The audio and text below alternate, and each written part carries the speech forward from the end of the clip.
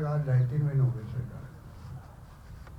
सरकार में हर घर में चर्चा होने लगी कि गवर्नेंस हो क्यों नहीं रही है, और मैं समझता हूँ इसका दोष सिर्फ मुख्यमंत्री पर नहीं हो सकता है, क्योंकि आपने रिमोट कंट्रोल चलाने का फैसला किया हुआ होगा। De facto chief minister mister Sudhanshu Pant थे, जो आपका चीफ सेक्रेटरी, और मैंने सुना कि मुख्यमंत्री ज़्यादा पावर तो डिप्टी सीएम के पास नहीं, ज़्यादा उम्मीद चलती है। तो इस प्रकार से कैसे काम चलेगा? हमारे लिए मुद्दा है, तो मुद्दा बनाएंगे कि मुख्यमंत्री को ऑथोरिटी से काम होनी चाहिए, चाहे वो किसी पार्टी में मुख्यमंत्री हो। भारतीय जनता पार्टी की एक मजबूत सरकार प्रदेश में बनी है। मैं तो उनको चैलेंज करता हूं कि वो 2 महीने का अपना कालखंड देख ले, जब वो सीएम बने और उस समय का 2 महीने में उन्होंने क्या क्या किए और हमने 2 महीने में क्या क्या किया। हम चैलेंज करते हैं कि डिबेट कर लें और संकल्प पत्र के हमने कितने बिंदु टच किए हैं।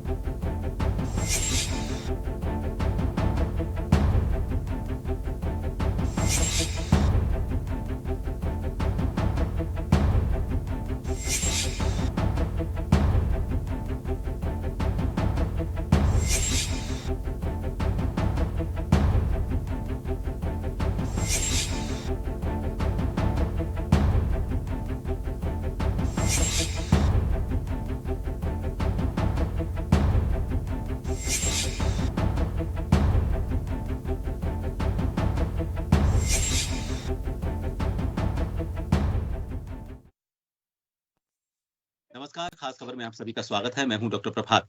खास खबर में आज हम बात करेंगे सियासी वार पलटवार की, और वो वार पलटवार किया जा रहा है पूर्ववर्ती सरकार के मुखिया अशोक गहलोत जी और बीजेपी से अर्जुन राम मेघवाल जी ने उस पर पलटवार किया है। दोनों अपने अपने वक्त के कंपैरिजन को लेकर बात कर रहे हैं। आज एक प्रेस कॉन्फ्रेंस की थी गहलोत साहब ने, और उन्होंने ये कहा है कि जो भी 2 महीने का कार्यकाल रहा है वो पर्ची वाली सरकार का कार्यकाल रहा है और रिमोट कंट्रोल सरकार है। वहीं इसके बाद पलटवार होता है। अर्जुन राम मेघवाल केंद्रीय मंत्री वो पलटवार करते हुए कहते हैं कि मैं चैलेंज करता हूं उन्हें किसी मंच पर कंपैरिजन कर लें। तो चैलेंज के बीच, चुनौतियों के बीच सियासी वार पलटवार क्या वास्तव में कोई मायने रखता है? क्योंकि कंपैरिजन 5 साल का 2 महीने से करना मुश्किल है, लेकिन फिर भी कंपैरिजन का आधार क्या रखा गया, क्यों चुनौतियां दी जा रही हैं, बात करेंगे। इसी को लेकर हमारे साथ जो मेहमान जुड़े हुए हैं उन सभी से आपका परिचय करवा देते हैं। भाजपा से हमारे साथ सुरेश गर्ग साहब जुड़े हुए हैं, कांग्रेस से हमारे साथ आरसी चौधरी जी कुछ देर में इस चर्चा का हिस्सा होंगे, और वरिष्ठ पत्रकार रविंद्र दादी जी हमारे साथ इस चर्चा में जुड़े हुए हैं। सुरेश जी, गहलोत साहब ने एक प्रेस कॉन्फ्रेंस की और ये कहा है कि पहले पर्ची वाली सरकार को लेकर एक नई उपमा दी गई थी, लेकिन अभी उनका ये कहना है कि पर्ची वाली ये सरकार रिमोट कंट्रोल सरकार भी है। और अगर हम 2 महीने के कार्यकाल से, मतलब उन्होंने ये नहीं कहा कि 2 महीने को 5 साल से तुलना करें, लेकिन उन्होंने कहा कि हमारे शुरुआती 2 महीने देख लिए जाएं और उनके शुरुआती 2 महीने देख लिए जाएं, कंपैरिजन कहीं भी नहीं हो पाता है। देखिए प्रभात जी, ये पूर्व मुख्यमंत्री अशोक गहलोत जी की हताशा दर्शाती है। जिस तरीके से पिछले 2 माह के अंदर राजस्थान के अंदर डिसीजन हुए, जनता के फेवर में जो न्याय हुआ है वो सबके सामने है। आपने देखा होगा कि हमने संकल्प पत्र में कमिटमेंट किया था कि हम उज्ज्वला योजना वालों को 450 रुपए में सिलेंडर देंगे। हमने निश्चित रूप से 450 रुपए में 1 जनवरी से उज्ज्वला योजना वालों को सिलेंडर दिया। पेपर लीक माफियाओं के खिलाफ एसआईटी गठित करेंगे, हमने पेपर लीक माफियाओं के खिलाफ में एसआईटी गठित की है।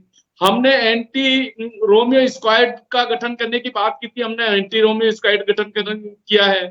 ईआरसीपी जो पिछले 5 साल तक अशोक गहलोत जी ने उसको लटकाए भटकाए रखा था, कभी मीटिंग में अटेंड नहीं हुए थे, उस ईआरसीपी को हमने 40 दिन के अंदर उसका समझौता करके, ट्रिपल इंजन की सरकार ने उसका समझौता करके आज 13 जिलों की जगह 21 जिलों को हम न्याय दे रहे हैं और उनको पानी और सिंचाई दोनों मुहैया करा रहे हैं। इसी तरीके से आप ये देखिए कि हमने यमुना जल समझौता जो हरियाणा से होना था वो हमने किया। तो पिछले 3 माह के अंदर अगर इतने बढ़िया अगर राजस्थान के अंदर डिसीजन हुए और मुख्यमंत्री भजन लाल जी के सानिध्य में अगर ये चीजें हो रही है, इसके बाद में पूर्व मुख्यमंत्री अशोक गहलोत जी बोलते हैं, तो ये उनकी हताशा दर्शाती है। और हताशा का एक कारण ये भी है कि उनके जो बेटे हैं वैभव गहलोत जी ने जो अभी आरसी अध्यक्ष पद से जो इस्तीफा दिया है, जो इनके कांग्रेस में आपसी मनमुटाव वो झलक रहा है। जब इस्तीफा दे रहे तो इसका मतलब है कि आपस में इनके घर क्लेश था। तो इससे ये लग रहा है कि इनकी हताशा जो नजर आ रही है वो चीज है। बाकी तो हमने जो 3 महीने का जो कार्यकाल है बहुत अच्छा किया, जनता हमारे साथ। चलिए, चौधरी जी हमारे साथ जुड़ चुके हैं। चौधरी जी, आपने सुना है, उनका ये कहना है कि हाल ही में जो आरसीए का प्रकरण हुआ है उसको लेकर थोड़ा सा हताशा है, पारिवारिक कारण बीजेपी बता रही है। इसको उनका कहना है कि इसी हताशा में उस तरह की बयानबाजी दे रहे हैं अशोक गहलोत साहब। भारतीय जनता पार्टी राजस्थान की 8 करोड़ जनता के मध्य जिन मुद्दों को लेकर गई थी उनके लिए अपनी प्रतिबद्धता जाहिर करे। उन्हें ना ही तो चिंतित होने की जरूरत है और ना ही कोई विचलित है। विचलित भारतीय जनता पार्टी इसलिए है कि जिन्होंने राजस्थान के अंदर वोट मांगा, जिन्होंने राजस्थान के अंदर गारंटी दी, वो व्यक्ति राजस्थान में नहीं है। और पर्ची से जिस मुख्यमंत्री जी को चुना गया वो मुख्यमंत्री बघेल जी भ्रमण पे व्यस्त हैं। राजस्थान की जनता आखिर जाए तो जाए कहां? जनता से चुने हुए 115 भारतीय जनता पार्टी के विधायक अपने आप को ठगावासा महसूस कर रहे हैं, क्योंकि भारतीय जनता पार्टी ने लोकतांत्रिक व्यवस्था को ध्वस्त कर दिया। अपने खुद के 115 विधायकों में उनका भरोसा नहीं रहा। इसलिए ये अधिनायकवाद से राजस्थान की जनता के जनादेश का अपमान जो किया गया उससे भारतीय जनता पार्टी विचलित है। हम बार बार ये पूछना चाहते हैं कि अगर राजस्थान के अंदर चाहे आरसीए को लेके हो, प्रतिशोध की राजनीति नहीं करना चाहिए था। अगर उन्हें कुछ करना चाहिए था तो खेल के हितों को ध्यान में रख के करना चाहिए था।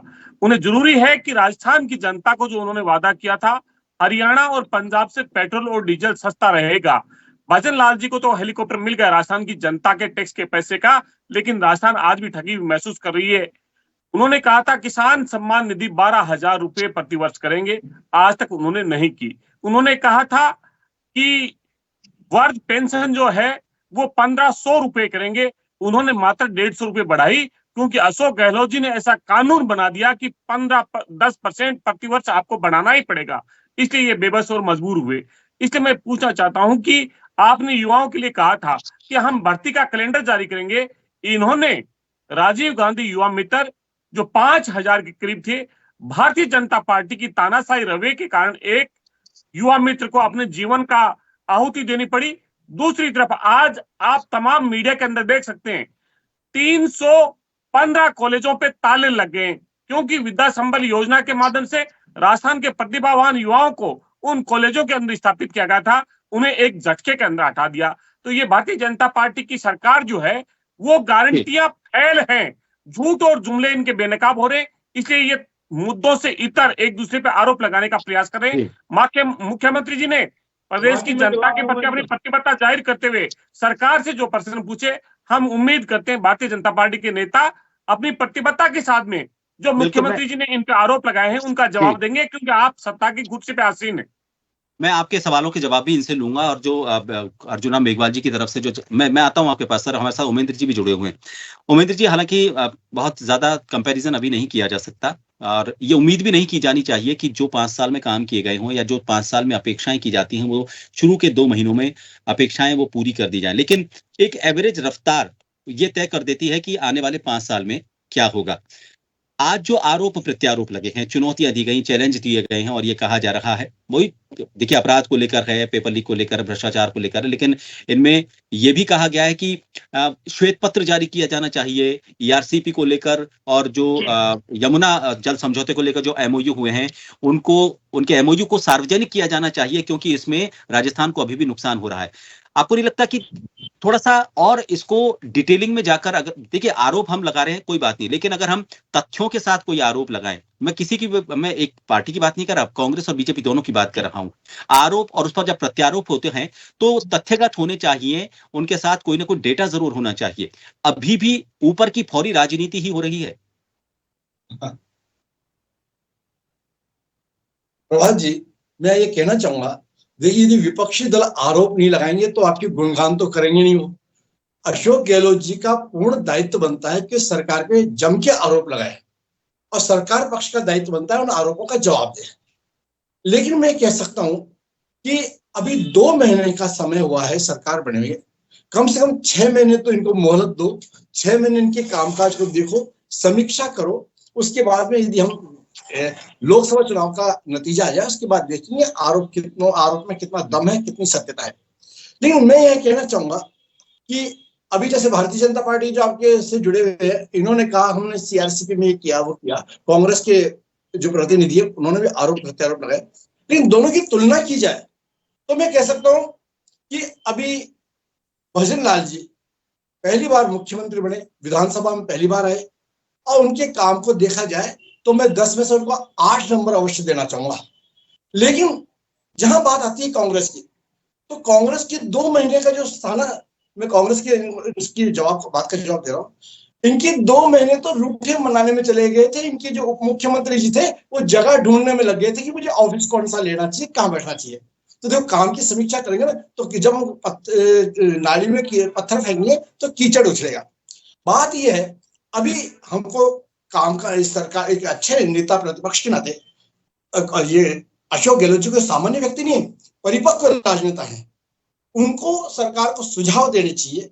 उनकी हर बात को मैं समझता हूँ शायद सत्ता पक्ष बहुत गंभीरता से लेगा, क्योंकि उनका जो राजनीतिक अनुभव है वो कोई सामान्य नहीं है। जो व्यक्ति केंद्र मंत्री रहा हो, पीसीसी का अध्यक्ष रहा हो, कांग्रेस से 3 बार मुख्यमंत्री बना हो, तो उनके अनुभवों का सरकार को लाभ लेना चाहिए और सरकार को उनको एक अच्छी योजना देनी चाहिए। क्यों, देखिए छद्रान्वेषक बनने से काम नहीं चलेगा कि सरकार ने कुछ नहीं किया। आप एक अनुभवी राजनेता है, आपको ये बताना चाहिए कि इस प्रकार की योजना बनाए, इस प्रकार का काम करे, तो सरकार को राजस्थान के हित में लाभ होगा। देखिए राजनीति में ना आरोप प्रत्यारोप लगाने का अलग चीज है, लेकिन एक अच्छे जननेता को सरकार के सामने एक सुझाव भी देने चाहिए, सरकार के सामने ये होना चाहिए, नियम बताने चाहिए, ये इस प्रकार की योजना आप चाहिए। अब देखिए अशोक गहलोत जी ने जो बात कही सीआरपीसी वाली, कहाँ राजस्थान को क्या नुकसान हो रहा है, किस प्रकार का है, उनको भी स्पष्ट करना चाहिए कि ये जो एमओयू, देखिए कई चीजें ऐसी होती है, एमओयू सार्वजनिक करना नहीं करना, अशोक गहलोत जी सूचना के अधिकार में आप निकल सकते हो, कई चीजें होती है एमओयू सामने, ये बीजेपी वाले नहीं बताएंगे तो भी आप कहीं से बता सकते हो, बहुत आपके पास पावर है, आपकी शक्तियों को हम लोग जानते हैं, राजस्थान की जनता आपकी शक्ति को जानती है। लेकिन खाली एक राजनेता के रूप में हम केवल सरकार पे कीचड़ उछाले, वो भी ठीक नहीं। अशोक गहलोत जी के ने जो उस समय सीआरपीसी का मामला था जो समय लंबा चला, देखिए अभी इनके समय में हुआ तो ये तो वाह लेंगे भी, और लेना भी चाहिए इनको, क्यों नहीं लेंगे। जो व्यक्ति काम करेगा तो उसकी निंदा भी होती है और काम में कमियां भी होती है, और जो कमियां होती है उनको सुधारने का प्रयास भी किया जाना चाहिए। मैं कोई ये न बीजेपी वालों का गुणगान कर रहा हूँ, न मैं कांग्रेस की कोई खिलाफत कर रहा हूँ, मैं निष्पक्ष होकर बात कर रहा हूँ। मैं तो ये कहना चाहूंगा कि कांग्रेस के जो हमारे माननीय नेता अशोक गहलोत जी हैं, उनको सरकार को नीतिगत एक योजना बना के देनी चाहिए। ये देखिए ये हुआ है, दोनों राज्यों के बीच में समझौता हो रहा है, इसमें ये चीज की कमियां हैं, ये ठीक है। हम देखो केवल चुनावी लाभ उठाने के लिए लोकसभा चुनाव में आने वाले हैं, राजस्थान की जनता देखिए जो हानि लाभ है, समीक्षा आप और हम क्या करेंगे, 25 अभी लोकसभा के चुनाव होंगे, उसमें समीक्षा हो जाएगी किसका काम अच्छा है, किसका काम बुरा है। अब बात आ रही है कि साहब जिसके नाम पे देखो हमेशा ना वोट मिलता है घर के मुखिया के नाम पे। भारतीय जनता पार्टी वालों के मुखिया है नरेंद्र मोदी, इनके नाम पे इन्होंने वोट लिया। अभी मेरे कांग्रेसी मित्र कह रहे थे कि जिस आदमी के नाम पे लिया गया वो दिल्ली में रहते हैं। देखिए कभी कभी हमें ना नेहरू खानदान के नाम पे भी वोट लेते हैं, हम गांधी परिवार के नाम पे भी वोट लेते हैं, दिल्ली तो है नहीं वो आए हैं। तो कभी न कभी किसी को आइकन बना के भी वोट लिए जाते हैं, आइकन बना के उसके लिए काम किया जाता है। मैं यही कहना चाहूंगा प्रभात जी आपके माध्यम से कि सबसे बड़ी अच्छी बात होगी कि चाहे पक्ष हो चाहे विपक्ष हो, उनके राजस्थान के हितों को बात में ध्यान में रख के, आम जनता के हितों को ध्यान में रख के योजनाबद्ध ढंग से काम करना चाहिए। और अभी तो नए मुख्यमंत्री बने, मैं जो हमारे बीजेपी के पैनलिस्ट बैठे उनके माध्यम से उनके तक संदेश पहुंचाना चाहूंगा कि कभी आवश्यकता पड़े तो सर्वदलीय बैठक भी, पानी जैसे मुद्दे, गंभीर मुद्दे, सर्वदलीय बैठक बुलाइए, आप उनके भी विचार लीजिए, आपको लेना चाहिए और उनके अनुभव का भी लाभ लेना चाहिए, कोई बुरी बात नहीं। यदि राजस्थान के हितों के लिए यदि आपको मुख्यमंत्री अशोक गहलोत से बात करनी पड़ती है तो आप कोई छोटे होने वाले नहीं, ये आपके लिए क्यों, आप जनता देखेगी, जनता इस बात को देखती है कि उन्हें कैसे फायदा होने वाला है। अब देखिए आज मानिए कोई फैसला होता है, कोई निर्णय बनता है तो ये 5 साल के लिए नहीं बनेगा, वो लंबे समय के लिए बनता है। तो लंबे समय के लिए हम योजना बनाते हैं, लंबे समय के लिए हम कोई निर्णय लेते हैं, तो मिल बैठ करके अच्छे ढंग से योजना बनानी चाहिए, अच्छे ढंग से विकास के लिए सारे काम जो भी कर रहे हैं प्रदेश के विकास के लिए कर रहे हैं। अगर विपक्ष कोई सवाल भी उठा रहा है तो वो चाहता है कि प्रदेश का विकास अच्छे तरीके से हो। लेकिन सवाल उठाने के साथ में उन सवालों का जवाब भी होना चाहिए कि नहीं ऐसा नहीं ऐसा होना चाहिए। यदि मैं कहता हूँ कि समस्या का समाधान भी अगर साथ में आप कहना चाह रहे हैं ये क्या कौन सा कलर का पहनना चाहिए, गर्ग साहब देखिए, ये बात सही है कि 2 महीने और 5 साल का कोई मुकाबला नहीं है, लेकिन ये बात जरूर देखी जाती है। देखिए, डबल इंजन की सरकार है और जब एक सरकार आती है तो एक माहौल बनता है और उस माहौल से अपराधियों में खौफ पैदा होता है और जो जनता होती है, आम जनता होती है, उसमें विश्वास पैदा होता है। मैं इसलिए ये बात कह रहा हूं कि पेपर लीक को लेकर जब विपक्ष में बीजेपी हुआ करती थी राजस्थान में, तो कई तरह के सवाल उठाए, महिला अत्याचार को लेकर कई तरह के सवाल उठाए, लेकिन जब सरकार बदली वो खौफ नजर नहीं आया। अभी भी वही रफ्तार जारी है। आप ये कहेंगे, ये बात सही है कि 5 साल का वक्त तो दीजिए, लेकिन जब आपकी सरकार आई है तो उसकी काम करने की नीति और नीयत दोनों उस सरकार के जीते ही लोगों तक पहुंचती है। अभी भी अपराधों में किसी तरह की कोई कमी नजर नहीं आ रही है। अभी भी पेपर लीक के जो मामले हैं उनमें किसी तरह की कोई कमी नजर नहीं आ रही है। तो आखिर फिर कंपैरिजन क्यों नहीं किया जाए कि जब सरकार बदली है तो माहौल बदलना चाहिए ना? प्रभात जी, जब से हमारी सरकार आई है, न तो आरपीएससी का न स्टाफ सिलेक्शन कमीशन का, दोनों का कोई भी पेपर लीक नहीं हुआ। पहली बात तो ये। दूसरा, निश्चित रूप से राजस्थान के अंदर अपराधों की जो श्रेणी है वो अलग अलग तरीके की है। हमने जो भी अपराधी उसके ऊपर तुरंत कार्रवाई की है। जैसे ही कोई भी घटना घटित होती है तुरंत उसके ऊपर एक्शन लिया है, चाहे पेपर लीक माफिया हो, चाहे महिला अत्याचार हो या किसी भी तरीके की घटनाएं है, उस पर तुरंत संज्ञान लिया है और पुलिस कार्रवाई तुरंत गति से हुई है। दूसरा, अब कांग्रेस के प्रवक्ता की मैं बात करता हूं कि मुख्यमंत्री जी भ्रमण पे, अरे ये तो अच्छी बात है कि पूरे राजस्थान के अंदर अगर मुख्यमंत्री जा रहे हैं, अलग अलग क्षेत्र में जाके उनकी समस्याएं सुन रहे हैं और अपनी जो 2 महीने की उपलब्धियां हैं वो बता के आ रहे थे, तो अच्छी बात है। हमारे मुख्यमंत्री जी जा तो रहे थे, लेकिन आपके जो पूर्व मुख्यमंत्री अशोक गहलोत जी ने क्या किया, 5 साल तक सिर्फ अपनी कुर्सी बचाई। कुर्सी बचाने के लिए ऐसा भ्रष्टाचार का माहौल राजस्थान के अंदर बना दिया जिसको संभालने में हमें बहुत टाइम लग रहा है। आप देखिए किस तरह से इन्होंने खुली छूट दे रखी थी भ्रष्टाचार की, उसकी स्थिति इसमें राजस्थान की बहुत बद से बदतर कर दी थी, उसको संभालने में हमको टाइम लग रहा है। फिर दूसरा ये कह रहे हैं कि साहब भर्ती कैलेंडर, हाँ निश्चित रूप से हम कमिटमेंट कर रहे हैं कि भर्ती कैलेंडर जारी करेंगे। किसान सम्मान निधि की बात कर रहे हैं, अरे भाई किसान सम्मान निधि बोल रहे हैं ना, हाँ हम करेंगे। 6,000 से 8,000 तो हमने तुरंत कर दिया, अभी तो हमारे को 2 महीने हुए हैं। आपने तो 5 साल के अंदर का बता दो, जब सरकार जाने वाली थी तब 500 रुपए का सिलेंडर देने की बात करी थी। अगर आप में इतना ही होता तो आप बिगनिंग में ही कर देते। तो ये है भारतीय जनता पार्टी की सरकार और कांग्रेस की सरकार। भारतीय जनता पार्टी की सरकार जब से हमने सत्ता संभाली है तब से हम काम कर रहे हैं। ईआरसीपी के अंदर आपने क्यों नहीं किया जो हमने, जो आज इसका जो समझौता किया, तो आप भी कर सकते थे लेकिन नहीं किया। युवा रोजगार, अरे आपने उस युवा रोजगार के नाम से भ्रष्टाचार किया था। किस तरह का भ्रष्टाचार किया? तो निश्चित रूप से अगर आपने भ्रष्टाचार किया तो उसको हमको कंट्रोल करना तो जरूरी है। अब हम जांच कर रहे हैं, जांच के बाद में जो होगा वो देखा जाएगा। युवाओं को हमने 70,000 नौकरियां देने का इस साल का वादा किया और वो वादा पूरा करेंगे। अभी 20-25,000 वैकेंसी तो हमने निकाल दी है। तो ये सब चीजें मुख्यमंत्री जी और हमारी सरकार निरंतर कर रही है, लेकिन इनको ये समझ में नहीं आता। केवल एक हताशा नजर आ रही है, उस हताशा की वजह से ये कुछ बोल देते हैं। अब इन्होंने कहा कि साहब हिंदू को 5 लाख रुपए और मुसलमान को, अरे भाई आपने खुद ने देखा होगा जो एक सुभाष चौक की जो घटना थी उस पर तुरंत 50 लाख रुपए दे दिए थे, क्योंकि एक विशेष समुदाय के व्यक्ति थे, तो इस वजह से तुरंत उसमें आपने 50 लाख की।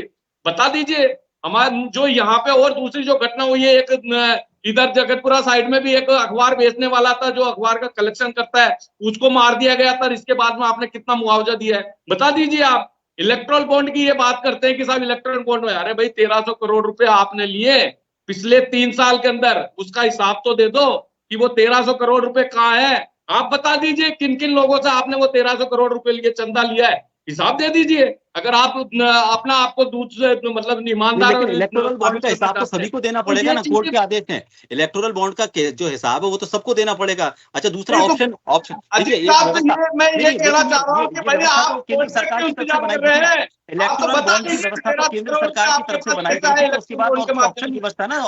अगर डोनेशन लेने का कोई ऑप्शन ही नहीं बचता जब केंद्र सरकार ने की योजना एक व्यवस्था ही बना दी, तो फिर उसी तरीके से नहीं है सब। ये है कि ये कह रहे हैं कि साहब इलेक्ट्रॉन बॉन्ड के नाम से भ्रष्टाचार किया है। कोई इलेक्ट्रॉन बॉन्ड के नाम से भ्रष्टाचार नहीं है। जिसने भी इलेक्ट्रॉन बॉन्ड परचेज किया उसके केवाईसी अपडेटेड है बैंक के अंदर। बिना केवाईसी के कोई भी इलेक्टोरल बॉन्ड परचेज नहीं कर सकता, इसलिए उसको भ्रष्टाचार का आरोप नहीं लगा सकते। अगर टिप्पणी की है, सुप्रीम कोर्ट ने तो केवाईसी को लेकर टिप्पणी नहीं की। गर्ग साहब, सुप्रीम कोर्ट ने केवाईसी को लेकर टिप्पणी नहीं की। उसने ये कहा है कि ये जो व्यवस्था है ये किसी ना किसी तरह से प्रत्यक्ष और अप्रत्यक्ष रूप से प्रभावित कर सकती है सत्ता में बैठी हुई पार्टी को। ये टिप्पणी की है। हम सुप्रीम कोर्ट का सम्मान करते हैं। जी चलिए चौधरी जी, अभी आपने सवाल सुने होंगे।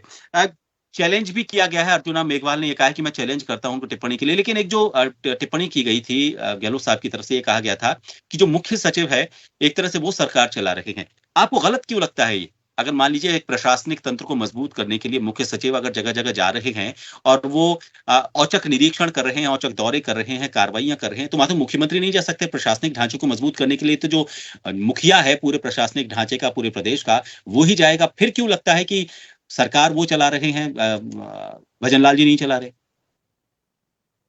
देखिए, मैं कहना चाहूंगा कि आप बहुत ही प्रबुद्ध एक जर्नलिस्ट हैं और पत्रकारिता की भूमिका को जानते हैं, और लोकतंत्र को आपको बताने की जरूरत नहीं कि लोकतंत्र क्या होता है।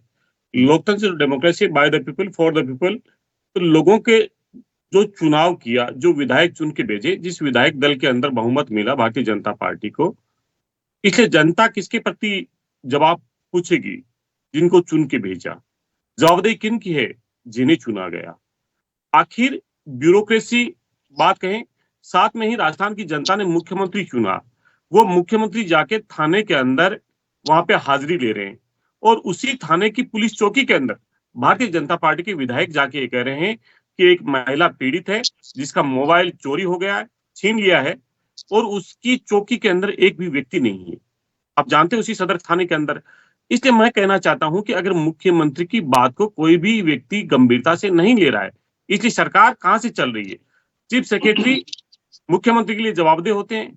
मुख्यमंत्री जब चीफ सेक्रेटरी से मिलते हैं तब वो कहते हैं कि आज मैंने शिष्टाचार मुलाकात की, जबकि चीफ सेक्रेटरी को नियुक्त करने वाली कैबिनेट और उसको मुख्यमंत्री हैं, और चीफ सेक्रेटरी हैं वो प्रधानमंत्री का आभार व्यक्त करते हैं कि प्रधानमंत्री जी का धन्यवाद जो मुझे बनाया।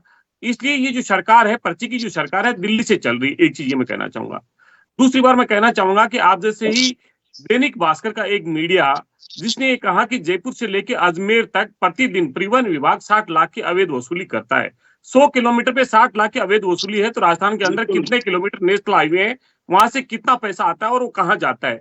ये कह रहे हैं कि भारद्वाज साहब ने कहा कि मैं इनको 8 नंबर देना चाहता हूं, आप 10 दे सकते हैं, 10 से 12 दे सकते हैं, ये आप भी एक व्यक्तिगत आपकी आजादी है, लेकिन जनता जवाबदेही पूछेगी।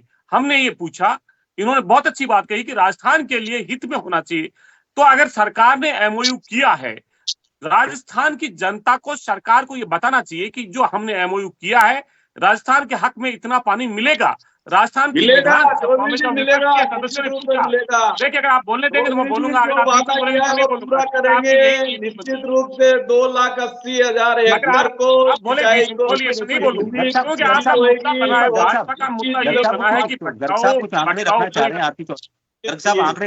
आंकड़े रखना चाह रहे हैं कुछ। गर्ग साहब, चौधरी जी एक बार वो सुन लेते हैं।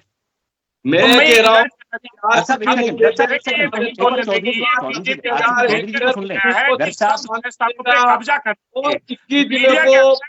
पानी मिलेगा,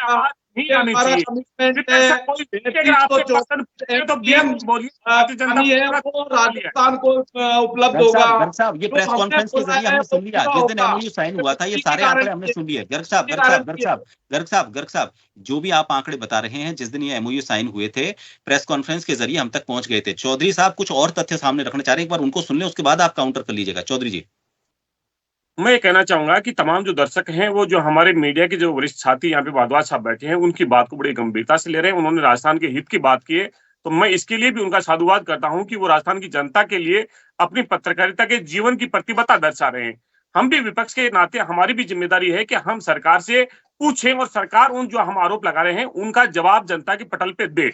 अब हम इनसे गुजारिश करना चाह रहे हैं कि लोकसभा के चुनाव के बाद में, लोकसभा के चुनाव से पहले 2018 के अंदर 7 जुलाई 2018 को अमरूदों के बाग जयपुर के अंदर और 6 अक्टूबर 2018 को अजमेर के अंदर प्रधानमंत्री नरेंद्र मोदी जी ने 13 जिलों का जिक्र करते हुए ईआरसीपी को राष्ट्रीय परियोजना देने का वादा किया, लेकिन 5 साल बीत गए, उन्होंने राष्ट्रीय परियोजना घोषित नहीं करी। जब हमारे केंद्रीय जल संसाधन मंत्री राजस्थान की जनता ने चुन के भेजा, वो मौन रहे और विधानसभा के चुनाव में आए तो तब उन्होंने कहा कि राजेंद्र जी का राज बना दीजिए, हम ईआरसीपी दे देंगे। अब हम ये पूछना चाह रहे हैं कि आपने आनंद फानन में जो एमओयू किया है, उस एमओयू को आप सार्वजनिक पटल पे क्यों नहीं रखा? भारतीय जनता पार्टी की पूर्व की जो राज्य सरकार के अंदर मंत्री थे, उन्होंने कहा हमने 3910 एमसीएम का जो समझौता किया था, आज उसे घटा के 2500 एमसीएम का समझौता किया है। आपकी राजस्थान की जनता के साथ में आप जानते हैं कि जल राजस्थान के लिए जीवनदायिनी है। यह समझौता क्यों हुआ, इसकी आधार है। इन्होंने यमुना के लिए कहा, भागीरथी का जिक्र किया। हरियाणा के मुख्यमंत्री खट्टर साहब ये कह रहे हैं कि अगर हरियाणा में बाढ़ का पानी आता है, चलिए मैं काउंटर ले लेता हूँ। चौधरी जी काउंटर करना चाह रहे हैं। चौधरी जी घर साहब काउंटर करना चाह रहे हैं। चौधरी जी हम ये सियासी कुठाराघात नहीं होने देंगे। ये सियासी चौधरी जी काउंटर करना चाह रहे हैं। गर्ग साहब काउंटर करना चाह रहे हैं आपकी बात को। जी चौधरी जी जवाब देना चाह रहे हैं, काउंटर करना चाह रहे हैं गर्ग साहब आपकी बातों को, आपके आंकड़ों को लेकर उनके पास कुछ अलग तथ्य हैं। चौधरी जी गर्ग साहब मैं चाहूंगा थोड़ा समय कम है, क्योंकि उसके बाद मेरे को एक बार ओमिंद्र जी के पास भी मैं प्रभात जी इनकी बातों का जवाब देता हूँ। इन्होंने कहा कि 3900 एमसीएम, कितना झूठ बोल रहे हैं, जबकि ईआरसीपी पे जो अशोक गहलोत जी बोलते आते थे वो 3500 एमसीएम के लगभग था। अरे 3900 कभी था ही नहीं। झूठ नहीं बोले जनता, इसीलिए आप लोगों को जवाब दे रही थी। अरे चौधरी को जनता इसलिए नकारती है क्योंकि आपने पिछले 5 साल तक झूठ बोला है। चौधरी जी पिछले 5 साल तक झूठ बोला, इसलिए जनता ने नकार दिया आपको। अब जनता के सम्मान रखिए। मैं आप दोनों को रोकना चाहूंगा, उमेंद्र जी के पास जाना चाहूंगा। आप दोनों को रोकना चाहूंगा, सर समय कम है। आप दोनों को मैं रोकना चाहूंगा, समय कम है। एक बार उमेंद्र जी के पास लौटा हूं। उमेंद्र जी से मेरा एक सवाल है, समय कम है, आप दोनों को रोकना चाहूंगा। जी मैं रोकना चाहूंगा गर्ग साहब चौधरी जी एक बार रोकना चाहूंगा, समय कम है। एक आखिरी टिप्पणी ले लेता हूं मैं उमेंद्र जी से। उमेंद्र जी देखिए, जब भी आरोप प्रत्यारोप होते हैं तो मुझे लगता है कि थोड़ा सा इसमें स्तर को एक बार हमें थोड़ा सुधारने की जरूरत है। दोनों सभी राजनीतिक दलों से निजी आक्षेप हटने चाहिए, धर्म और राजनीति को लेकर बात नहीं होनी चाहिए। वहां सिर्फ विकास के उन पायदानों को लेकर बात होनी चाहिए और आंकड़ों को लेकर बात होनी चाहिए। आपको नहीं लगता कि अब इतनी मैच्योरिटी आ जानी चाहिए सियासत में कि जब भी आरोप प्रत्यारोप लगा रहे हैं तो इन सभी स्तरों से ऊपर उठकर उन मुद्दों को लेकर बात की जाए जो सीधा जनता से जुड़ाव रखते हैं, जो सीधा जनता को फायदे पहुंचाने वाले होते हैं। इतना तो स्तर सुधार ही लेना चाहिए। एक सभी राजनीतिक दलों को अपनी खुद की शुचिता ये कायम करनी चाहिए। मैं प्रभाष जी कहना चाहूंगा, राजस्थान में शुचिता की राजनीति होती आई है।